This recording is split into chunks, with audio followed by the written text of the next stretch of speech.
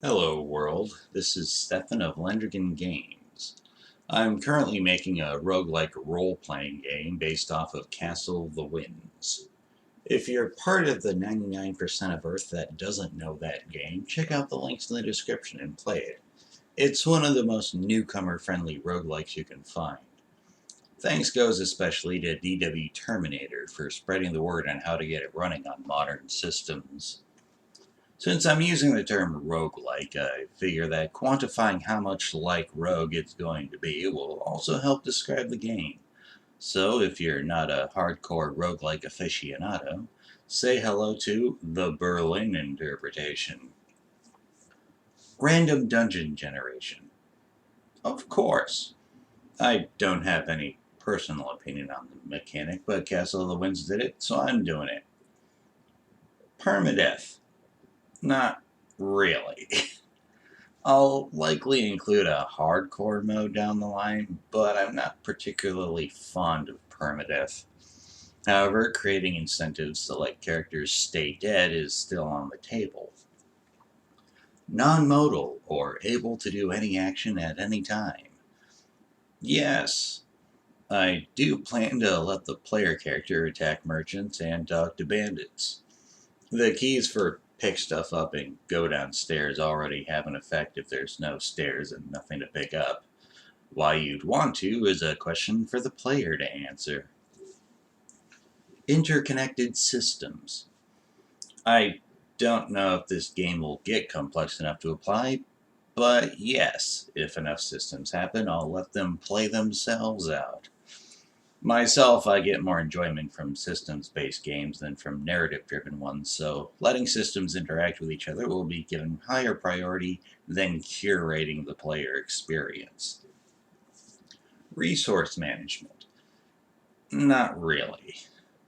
I'm not terribly fond of the survival mechanics, so I highly doubt I'll put a hunger meter or anything like that into this. If stamina and magic management counts, though, then sure. Hack and slash focus without peaceful options. Mostly. Like I said previously, hostile negotiations will be allowed in this, and that's because I do plan to put role-playing in here as well. That said, talking down bandits will be one option, and obliterating them and taking their stuff will be another option. Identities unclear until identification process. Sure, why not? I don't have an opinion on it, but Castle of the Winds did it, and I'm following suit. The rest of these are minor attributes, but hey, they'll help describe the game a little more. Controlling only one character each run. Sure, why not? Enemies have player-like behaviors and abilities. Most likely. Some monsters will have physiological abilities that the player likely won't get, such as Dragon's Breath, but I'm planning to create a large pool of abilities from which everything gets something. Tactical challenge. That's likely going to happen by itself. Anyone who doesn't take advantage of choke points in a group fight is an idiot. ASCII characters on a tile map. I'll give you 3 guesses for each of those qualifiers. Exploring dungeons. Of course. Presents status of player in game through on-screen numbers. Sure, why not? On a side note, I've seen at least a few attempts at recreating Castle of the Winds from scratch. Unfortunately, because Rick Sada didn't know his game would become a cult classic, the source code didn't get preserved.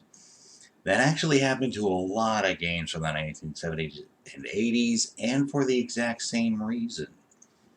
Further misfortune is that none of the recreations have succeeded or even been completed.